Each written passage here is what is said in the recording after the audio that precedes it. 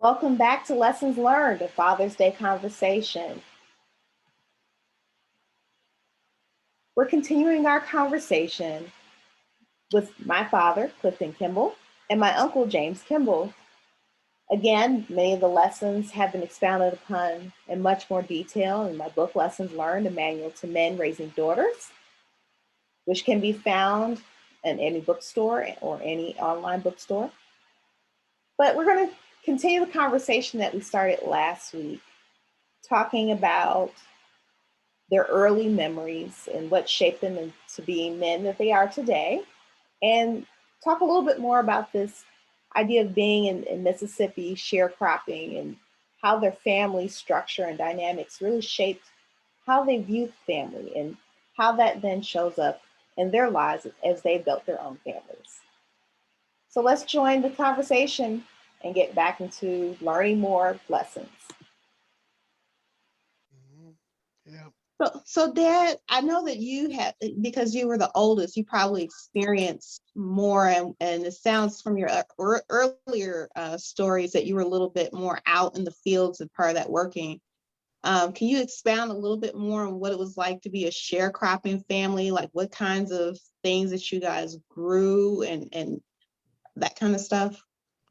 Uh, we we grew like beets, corn, cucumbers. She made uh, what they call it, the Pickles. cucumbers, the pickles, and then she had uh, beans, and we had butter beans and regular beans, pinto beans, black eyed peas. There was all kinds of peas that we had. Mhm. And then from Dad would take the peaches, and make preserves out of those, and you'd have jars stacked up in the closet full of pears and preserve and peach preserve and apple preserve and blackberry preserves, and there was all kinds of preserves that you did from home. The only thing that we took the corn that we grew. Dad had a machine that you put a 4 ear corn into it, and you spin it around. The corn goes through it, and then you got the it peels it from the cob and became just a solid piece of corn.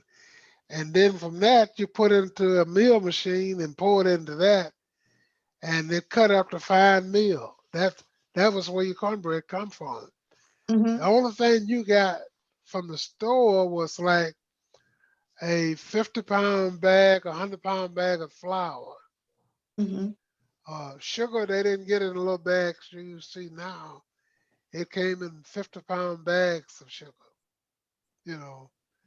And if you went to the store on a Saturday, um, the most of they were getting is flour, sugar, and uh, maybe some pepper or something like that.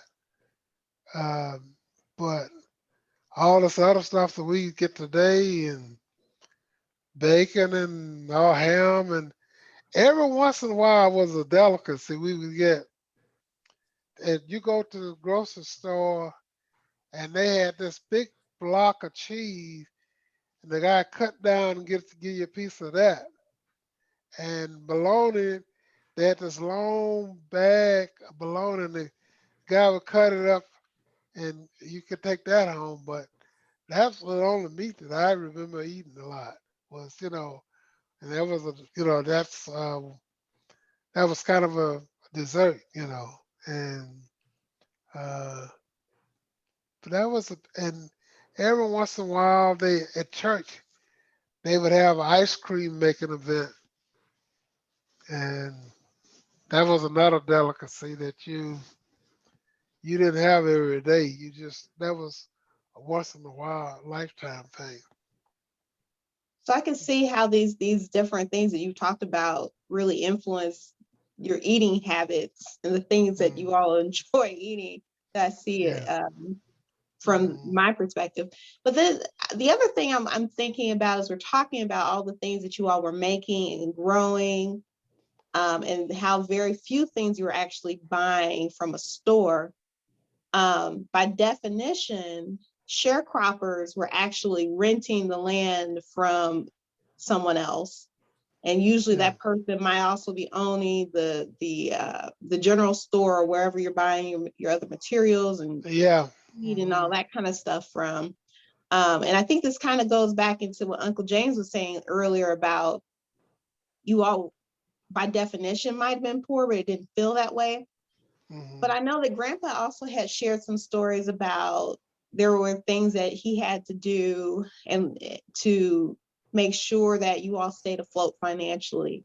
So I was Right. wondering, because Uncle James, you talked a little bit about that work ethic and how he had multiple jobs and did multiple things to keep you all afloat. And Dad, from what I understand, you also participated in a lot of that too as you got older. How did that experience really shape how you viewed being a good father or an upstanding male in that community? Well, I can tell you this, that Dad not only had his family to take care of, and they don't talk about it that much, but Emma, I told you her husband passed, and Gene was the oldest boy at that time. This is your first cousin, Jean. Yeah, Okay. Eugene they call him. Now he, being the oldest boy, I think he was like 15 or 16. He took on the responsibility of taking care of that whole family. I Mhm, am and them had probably, I think, 12 or 13 kids at that time. mhm, But Gene took on the responsibility of taking care of that family, and Daddy worked with Gene, trained him, and worked with him. So they all depended on Daddy to step in where Gene fell in. mhm. And Daddy used to often use the word that a man is made when a man is called for. He used that word a lot, and it's not. We look at being a man near 21. I'm a man now, but it goes deeper than that. If it's called for a man to come take care of the family, that's what you did. And I think your mom can tell you that her father took on that responsibility. Uh, Mhm. that's a big responsibility to take care of. Make sure you get a family of 13 or 14 kids to take on that responsibility of plowing. And when you say plowing and raising the crop, and and then you got cow and all that stuff to take care of. Being at 15 or 16, taking that's responsibility. That's big. Kids today, I think they'd have a problem doing that. Mhm. I can't think of any of the kids that I know, could do that, and take it on. Uh, I remember Daddy would left and went. He had this truck where he go to different places and picking up strap iron from different farmers and whatnot.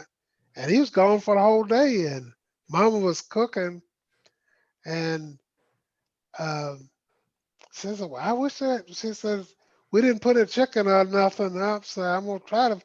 I'd like to get something." I said, "Well, I go out." I had this dog named Red, John. No, John. And I took the dog out, water had backed up to the back of the house. and we went out hunting for a rabbit. And this big rabbit came out of nowhere, and John took off after him. And he ran through the cornfield, and the rabbit made a sharp turn and went back into towards the where the water was. That was his mistake. John ran out there and caught the rabbit and broke a neck and then laid him down beside my foot, and that was our meal for the Mhm. day. They talked about that for a long time, you know. But that is stuff like that, you know, that as kids, you know, did, you know, and you don't see kids doing that too much in today's life. If that making any sense. Yeah, it does. Uncle James, did you have anything to add to this? No, I don't remember those times. That was before my time. I was too young to remember them. Hmm. Do you, I mean, you did share some stories about the time when you were in Mississippi, but I'm wondering if any of the memories you have of grandpa or any of the other males around in the community, how do you remember anything that they did that really shaped what you viewed what a good father is?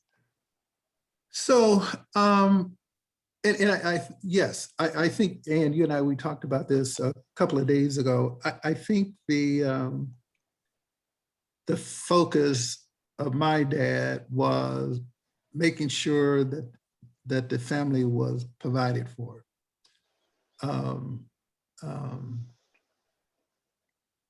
you know, not only when we were in Mississippi, but when we moved to Illinois, I remember we first um, moved to Chicago, and one night I overheard my dad and my mom talking about that they wanted to move out of Chicago to Joliet, where my uncle, well, we had a couple of uncles out there, to move out to Joliet, because the premise was that they didn't believe that Chicago was the proper place to raise a family. And I think growing up in this, I shouldn't say growing up in the South, because I was only there for 4 or 5 years, but living in the South and living in Joliet, that shaped where I've lived all of my life. I've never been drawn to the city. I mean, it's all right to go there and visit or to a party, but at the end of the day, I'm out of there. Living in Joliet, we lived in the suburbs. It was a safe, secure, protective environment where, when they use the term, it takes a village to raise a child. It was truly, in my opinion, a village, because whatever we did in the neighborhood, you know, the people back then, they didn't hesitate to get on the phone and call my mother to let her know that I had done something that I should not have done. And so as a result of the way I grew up, I wanted that same environment for Jennifer, Danny, and Nakia. You know, they've never been raised in the city. It's always been in the suburbs. So that has shaped it tremendously. You know, here, I don't do it, but I could. I could leave my garage door open all day and not be concerned about something missing when I return. And unfortunately, that's not the perception I have of living in the city. And just one other element in terms of that, you know, that impact. When we were growing up, and especially when all of us moved to the north and in Joliet, one of the things I disliked was a large family, because it was station wagon days. All of us could not fit in the car, you know, at the same time because of, you know, as we were growing that made it prohibited from doing that. That too shaped in terms of how many kids I wanted to have. And to me, that was no more than 2, possibly 3, stretching it, but never, never, never, ever had I thought about 6 or 7, kids, never. So that had influence. I want to comment on that. I remember we was in Grenada one night, and when we left Grenada, coming home, and it started raining, and it was raining real bad. And what happened was, we was all of us kids. There was mama, daddy. This is a Ford pickup truck, a Ford truck that we had. Mama, daddy, Clee, Lee, James, Every, Rose. All of us was traveling cab to that truck, going home. Because it was raining, we couldn't sit in the back of the truck. Normally we would sit in the back of the truck, but that day it was raining. Night, it was raining. So Daddy was trying to climb up one of these hills, and it was real muddy. Daddy the truck slipped off into the side of the road. And this was right down the street from the church. Of course, Mama was afraid,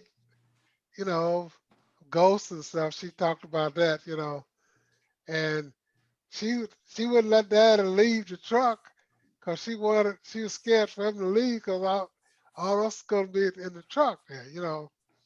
So we spent the whole night in the hole, and it was day that Daddy went down the road and got a farmer and get some news and pull the truck out of the hole. But that was like we was all packed in as together.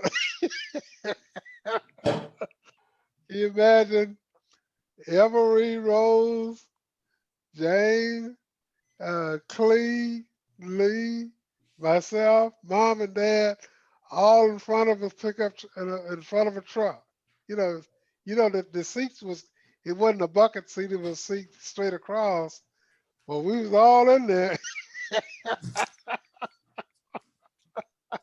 Well, these stories are interesting. I kind of have a take on that garage door comment that you made, Uncle James, in my book. But I'd like to think a little bit more about this togetherness thing, because I know that in many ways, a big tradition in our family is to get together. Uncle James, you shared before how you make sure that you want to have at least one time, whether it's a holiday or something, where you get all of your kids together. Daddy, I know you're really big on getting all your kids together. And before Grandpa passed, he was really big on having these family times where we're all together. But I also know that there was this transition period as you were moving from the South to North, where your family wasn't really as together as one unit. Do you have any memories of that and how that shaped your desire to have your family together?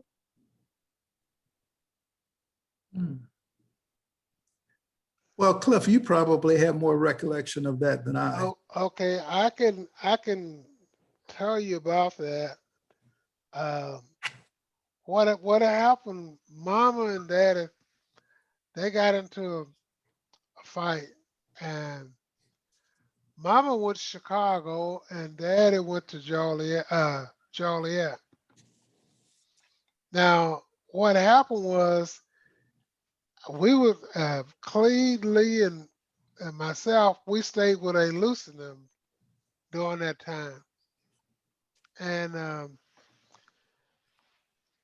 my thoughts at that time, Mama took Every and Rose and James with her to Chicago. Okay, so that's why he remembered that. He didn't remember the whole story behind that. But the we was at Uncle Jonah's house, and we was playing, and Uncle Jonah said, "Boys, you guys come in. I want to talk to you about the Bible." And at that time, I didn't know too much about the Bible. Didn't know, uh, couldn't hardly read, you know. But the big thing that I got away from that discussion that Uncle Jonas gave was that if you had the faith of a mustard seed, uh, and you believed in that, that things would come to pass. And so this was like on a Sunday he talked to us about that. And we was working with Uncle Jonas during the farmer. We was plowing and planting the cotton and the This is a corn and farm in Joliet, or are you talking about in the South? in the South, in Waller Okay. Valley. And Okay. you remember I said James and Everett Rose was in Chicago. Dad was in Joliet. And so when he talked about that, I said, well, gee whiz. My thought was that the whole family could get back, if they could get back together. But when he mentioned having the faith of a mustard seed, I went out that Monday and I prayed about it. You know, nothing happened. And my prayers was that the family would get back together as one. Two, if there was a God, I wanted to see him. That was my prayer, you know. And my promise to God then was that if he gave me that, I would serve him the rest of my life. And so Monday, nothing happened. Tuesday, felt pretty good, nothing happened. And you can remember it hadn't rained for like over a couple of months, and everybody was talking about how dry the crops was. And the crops were going to dry, they was drying up. So that Thursday, I was praying on the back of the porch. Clea and Lee was in the house playing, and as I was praying, I could hear the word of the Lord speaking to me. Mhm. Son of man, son of man. I can remember this, and I couldn't talk about it for a long time, but he said, "You wanted to look on me, but you're not worthy to look on me. You're a dirty, filthy rag. But nevertheless, look on me as much as you can. Look up on me as much as you can." And as I raised my head, the clouds broke up.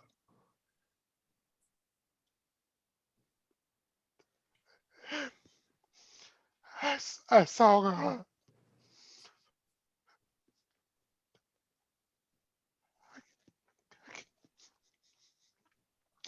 But anyway, Cleveland came out, and I found myself not wanting to see God, but running to hide. I ran into the back of in the front of the house, and that's when Clea and Lee came out.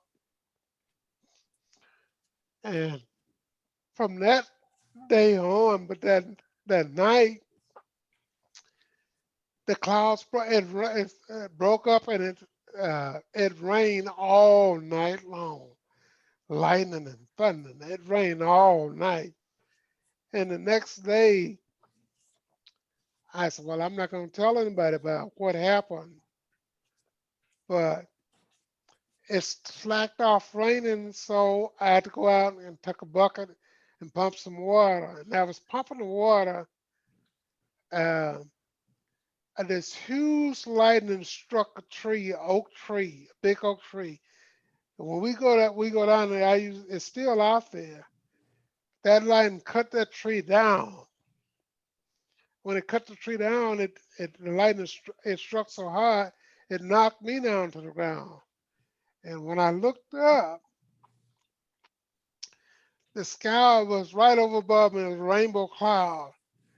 And the word was that God spoke to me then and said, "My word, my word, my word." And I got up that was on that Friday.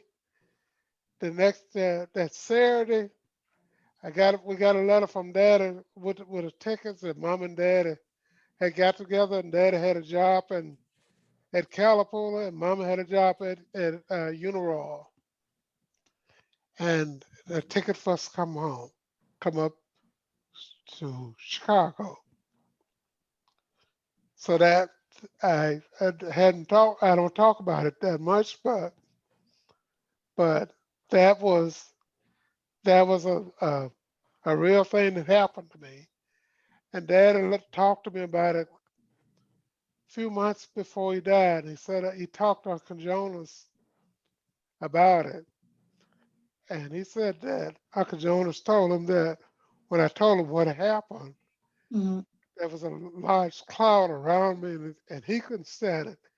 He ran into the bedroom and hid himself.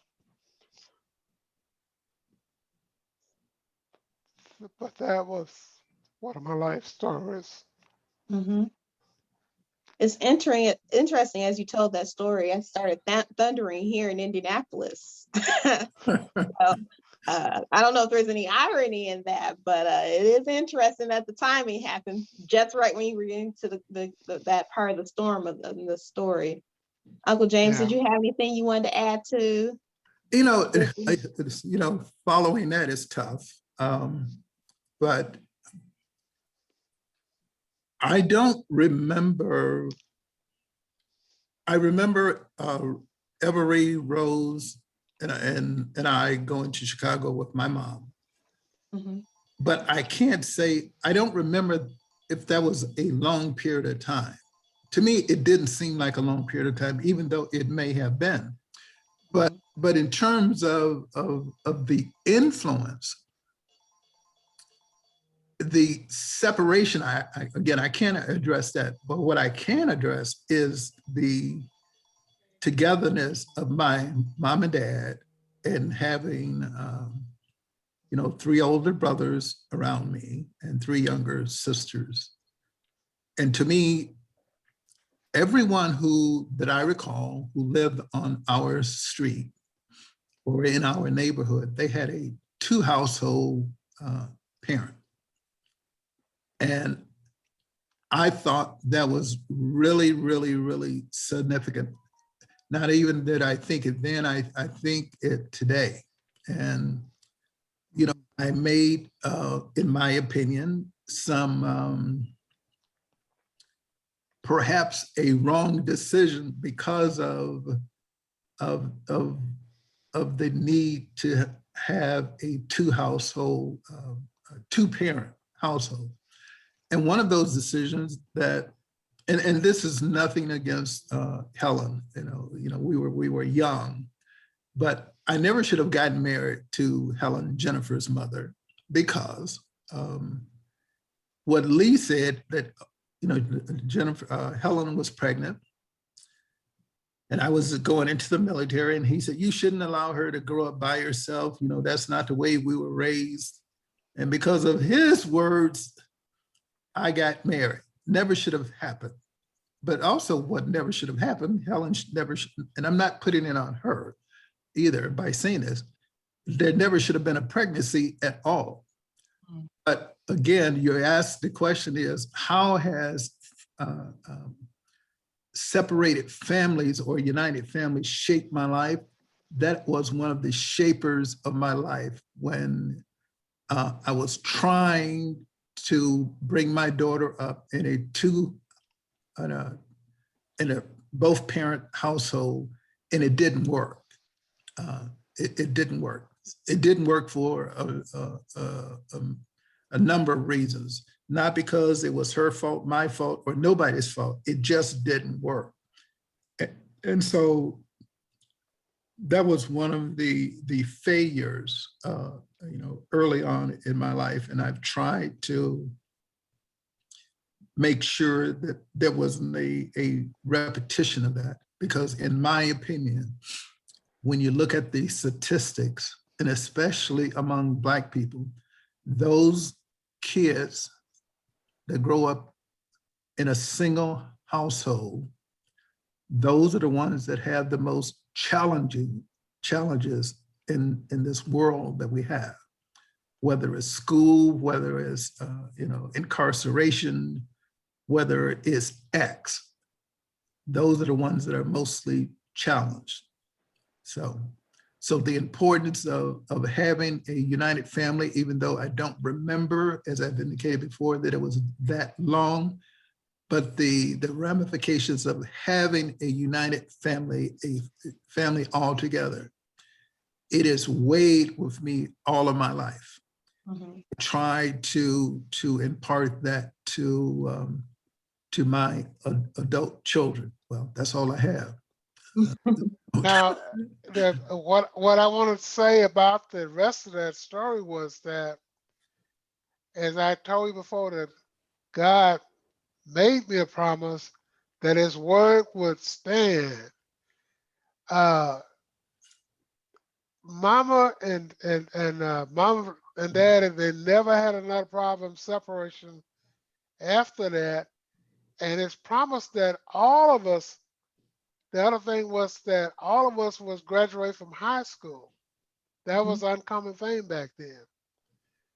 All of us graduate, and the Lord promised me that all of us was graduate.